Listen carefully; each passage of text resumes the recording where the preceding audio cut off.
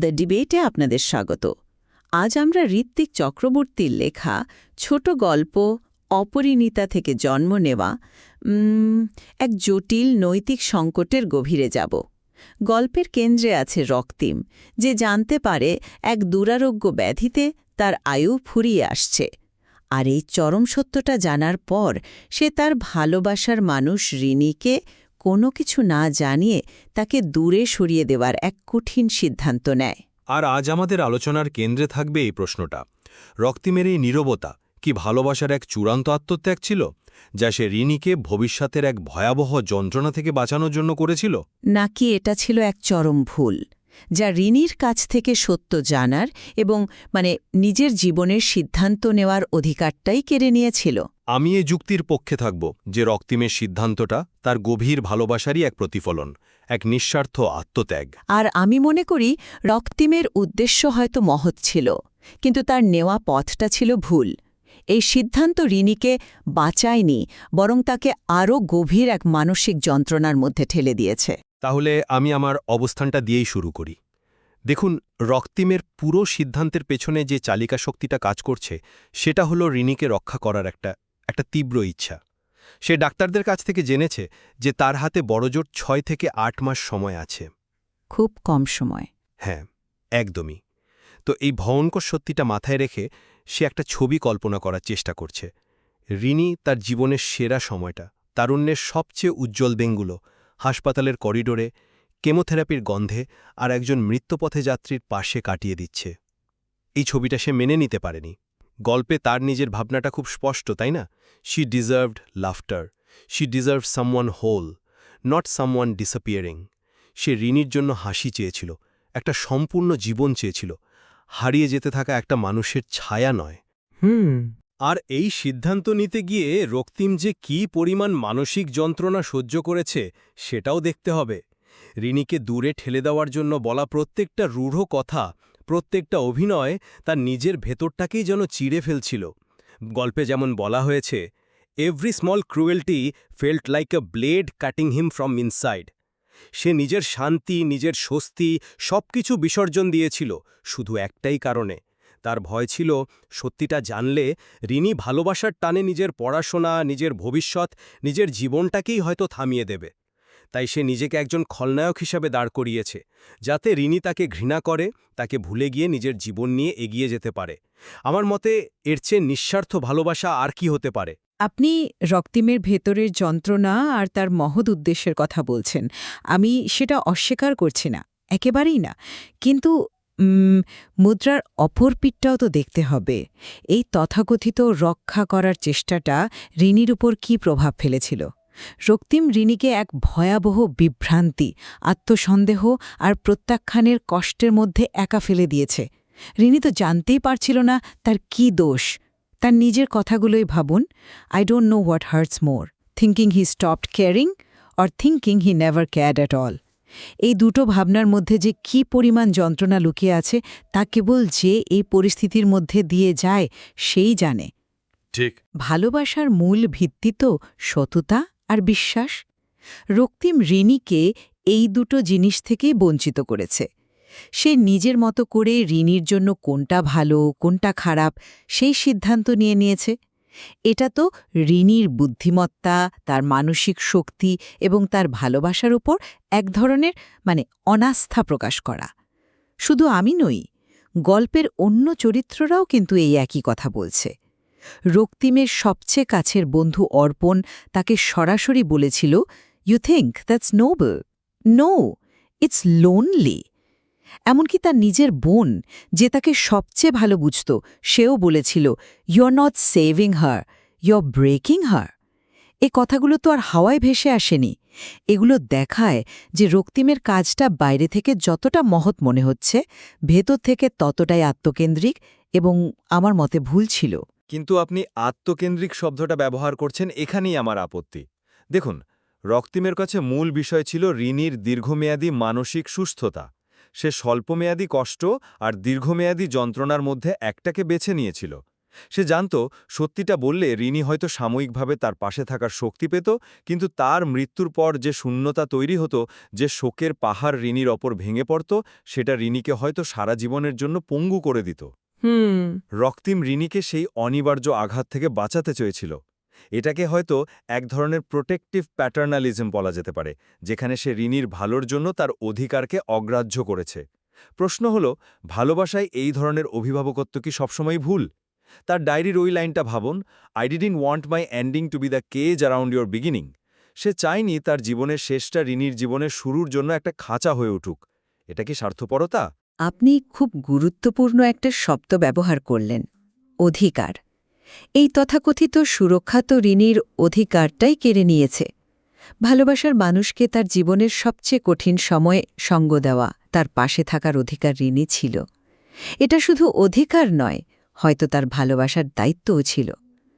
রক্তিম নিজের মতো করে সবটা ভেবে নিয়ে রিনিকে একজন প্রাপ্তবয়স্ক মানুষের মর্যাদা দেয়নি, যে নিজের জীবনের ভালোমন্দ সিদ্ধান্ত নিজে নিতে পারে। ভালোবাসার নামে অন্যের সিদ্ধান্ত নিয়ে নেওয়ার অধিকার কি আমাদের আছে? আর সব যুক্তির ঊর্ধ্বে রিনি নিজে কি চেয়েছিল? সত্যিটা জানার পর তার প্রথম প্রতিক্রিয়া কি ছিল? সে বলেছিল, I would have stayed anyway. Don't you understand? I would have stayed. এই একটা বাক্যই তো রক্তিমের সব মহৎ উদ্দেশ্যের কাঠামোকে নাড়িয়ে দেয়। সে যাকে রক্ষা করতে চেয়েছিল, সেই মানুষটাই তো চিৎকার করে বলছে যে সেই সুরক্ষা চায়নি, সে চেয়েছিল সঙ্গ, সে চেয়েছিল একসঙ্গে লড়াই করতে। আমি মানছি, রিনির এই কথাটা অত্যন্ত শক্তিশালী, কিন্তু আমাদের এটাও ভাবতে হবে কথাটা সে কখন বলছে। সে এটা বলছে সবটা জেনে যাওয়ার পর, একটা তীব্র আবেগ আর আফসোসের মুহূর্তে। কিন্তু যে ভয়ঙ্কর বাস্তবতার মুখোমুখি রক্তিম হতে চলেছে, সেই কয়েক মাস ধরে একটু একটু করে মৃত্যুর দিকে এগিয়ে যাওয়ার সাক্ষী থাকা, সেই অভিজ্ঞতাটা কি সত্যি রিনি সহ্য করতে পারত? হাইন্ডসাইট ইজ অলওয়েজ 2020। দূর থেকে বলা খুব সহজ যে আমি পাশে থাকতাম, কিন্তু প্রতিদিন প্রিয় মানুষটাকে শেষ হয়ে যেতে দেখা, সেই অসহায়ত্বটা কি রিনির মানসিক স্বাস্থ্যের ওপর স্থায়ী ক্ষত তৈরি করত না? করতে পারত। রক্তিম তো সেই ভবিষ্যৎটাকেই আটকানোর চেষ্টা করেছিল। সে রিনির আবেগের ওপর ভরসা করেনি, বরং কঠিন বাস্তবতাকে মাথায় রেখে একটা নিষ্ঠুর কিন্তু হয়তো প্রয়োজনীয় সিদ্ধান্ত নিয়েছিল। সে হয়তো রিনির বর্তমানকে কষ্ট দিয়েছে, কিন্তু তার ভবিষ্যৎকে সুরক্ষিত করতে চেয়েছে। কিন্তু আপনি ভবিষ্যৎ সুরক্ষিত করা বলছেন। আমার প্রশ্ন হল, সত্যিই কি ভবিষ্যৎ সুরক্ষিত হয়েছিল? রক্তিমের এই সিদ্ধান্তের ফলে রিনিকে দুটো যন্ত্রণার মধ্যে দিয়ে যেতে হয়েছে। প্রথমে প্রত্যাখ্যান এবং আত্মসন্দেহের যন্ত্রণা, আর তারপর সত্যটা জানার পর অসহায়ত্ব, আফসোস আর শোকের যন্ত্রণা। সে যদি সত্যিটা প্রথম দিনেই জানত, তাহলে তাকে শুধু শোকের মোকাবেলা করতে হতো। কিন্তু রক্তিমের নীরবতার কারণে তাকে শোকের সাথে এক ধরনের বিশ্বাসঘাতকতার অনুভূতিও বয়ে বেড়াতে হয়েছে। রক্তিম তাকে একটা পরিষ্কার যন্ত্রণার বদলে একটা জটিল, নোংরা যন্ত্রণা দিয়েছে। সে হয়তো রিনিকে হাসপাতালের করিডোরে দেখতে চায়নি, কিন্তু তার বদলে সে রিনিকে এমন এক মানসিক করিডোরে ঠেলে দিয়েছে, যেখানে সে বছরের পর বছর ধরে একা একা ঘুরে বেড়াত, উত্তর খুঁজত। কোনটা বেশি ভয়ঙ্কর? আপনি যন্ত্রণার প্রকৃতির কথা বলছেন, আর এখানেই বিতর্কের মূল জায়গাটা। রক্তিমকে দুটি ভয়াবহ বিকল্পের মধ্যে একটিকে বেছে নিতে হয়েছিল। একদিকে ছিল তার মৃত্যুর পর রিনির শোক, যেটা পবিত্র কিন্তু গভীর এবং দীর্ঘস্থায়ী। অন্যদিকে ছিল তার প্রত্যাখ্যানের কারণে রিনির কষ্ট, যেটা যন্ত্রণার, বিভ্রান্তিকর, কিন্তু হয়তো সময়ের সাথে সাথে ফিকে হয়ে যাবার সুযোগ ছিল। সে ভেবেছিল রিনি হয়তো তাকে একজন স্বার্থপর, হৃদয়হীন মানুষ হিসেবে মনে রেখে জীবনে এগিয়ে যাবে, নতুন কাউকে খুঁজে নেবে। কিন্তু মৃত্যুর শোক রিনিকে একজন শহীদের প্রেমিকা হিসেবে আটকে রাখতে পারত, তার জীবনটাকে ভারাক্রান্ত করে রাখত। রক্তিম রিনিকে এই দীর্ঘস্থায়ী বোঝা থেকে মুক্তি দিতে চেয়েছিল। সে চেয়েছিল রিনির স্মৃতিতে সে একজন ভিলেন হয়ে থাকুক, একজন ট্র্যাজিক হিরো নয়, কারণ ভিলেনকে ভোলা সহজ, হিরোকে নয়। আমি দুঃখিত, কিন্তু এই যুক্তিটা আমি মানতে পারছি না। আপনি প্রত্যাখ্যানের যন্ত্রণাকে ফিকে হয়ে যাওয়া বা সাময়িক বলছেন, কিন্তু এটা একটা ভুল ধারণা। গল্পে আমরা কি দেখি? রিনি ক্রমাগত নিজেকে দোষারোপ করছে। তার মনের মধ্যে একটাই প্রশ্ন ঘুরপাক খাচ্ছে, হোয়াট ডিড আই ডু রং? এই আত্মসন্দেহ একজন মানুষের আত্মসম্মানকে ভেতর থেকে কুরে কুরে খায়। এটা কোনো সাধারণ কষ্ট নয়, এটা এক ধরনের মানসিক অত্যাচার। শোক মানুষকে দুর্বল করে দেয়, কিন্তু প্রতারণা বা প্রত্যাখ্যান মানুষের নিজেকে ভালোবাসার ক্ষমতাটাই কেড়ে নেয়। হ্যাঁ, দ্বিতীয়ত, রক্তিমের প্ল্যানটা তো পুরোপুরি ব্যর্থ হয়েছে। রিনি তো সত্যিটা জেনেই গেল, ফলে সে প্রত্যাখ্যানের যন্ত্রণাটাও পেল, আবার পরে সত্যটা জানার পর শোক এবং অপরাধবোধেও ভুগল। অপরাধবোধ, কারণ সে রক্তিমের শেষ দিনগুলোতে তার পাশে থাকতে পারেনি, তাকে ভুল বুঝেছিল। রক্তিমের একটা সিদ্ধান্ত রিনির জন্য একটা ট্র্যাজেডির বদলে ৩-৪টে ভিন্ন ধরনের ট্র্যাজেডির জন্ম দিয়েছে। শোকের চেয়েও জটিল এক মানসিক জট তৈরি করেছে, যেখানে মিশে আছে রাগ, অসহায়তা, ভালোবাসা আর ঘৃণা। এটাকে কি আপনি মুক্তি দেওয়া বলবেন? কিন্তু ভালোবাসার প্রকাশ তো সবসময় যুক্তির পথ ধরে চলে না। রক্তিমের ভালোবাসা ছিল নিঃস্বার্থ।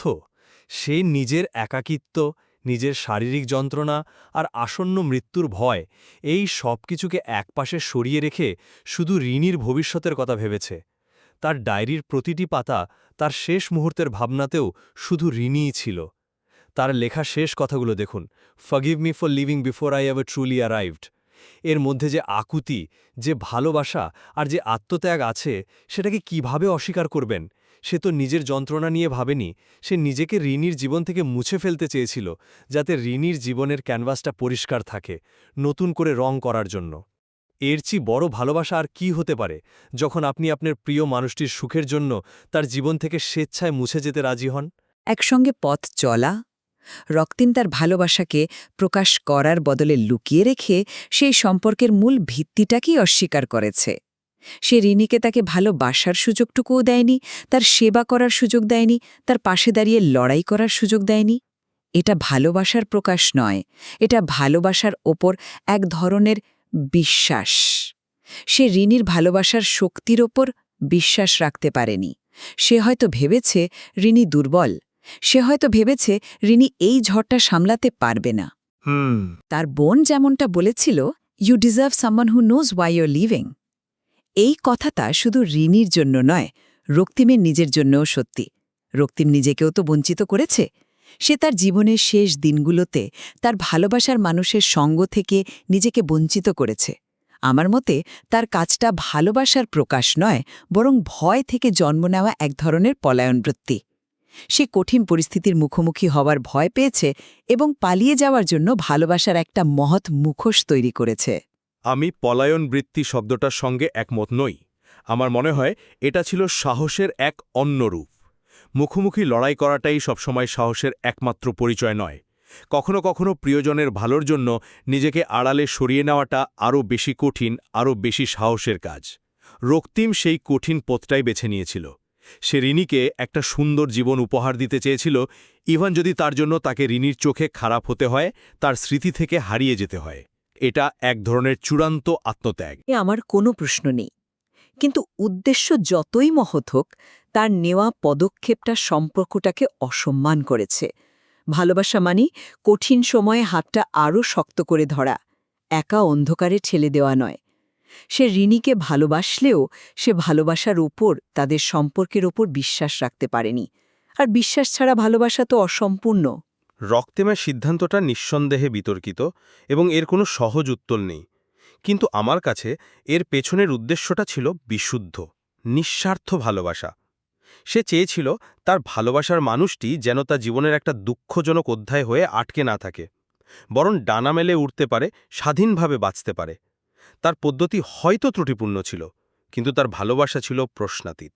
আর আমার মতে রক্তিমের উদ্দেশ্য যতই মহৎ হোক, তার কাজ রিনিকে এক অবর্ণনীয় মানসিক কষ্টের মধ্যে ফেলে দিয়েছে। সত্য গোপন করে কাউকে রক্ষা করা যায় না, বরং তা পারস্পরিক বিশ্বাস আর সততাকে ধ্বংস করে দেয়। ভালোবাসা মানে কঠিন সময়ে একসঙ্গে থাকা, সব দায় একা নিজের কাঁধে নিয়ে পালিয়ে যাওয়া নয়। শেষ পর্যন্ত এই গল্পটা আমাদের এক কঠিন প্রশ্নের সামনে দাঁড় করিয়ে দেয়।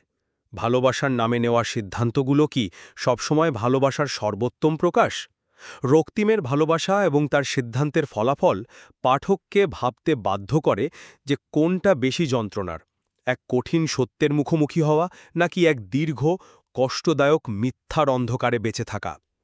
এই উপাদানের গভীরে ভাবনার আরও অনেক অবকাশ রয়ে গেছে।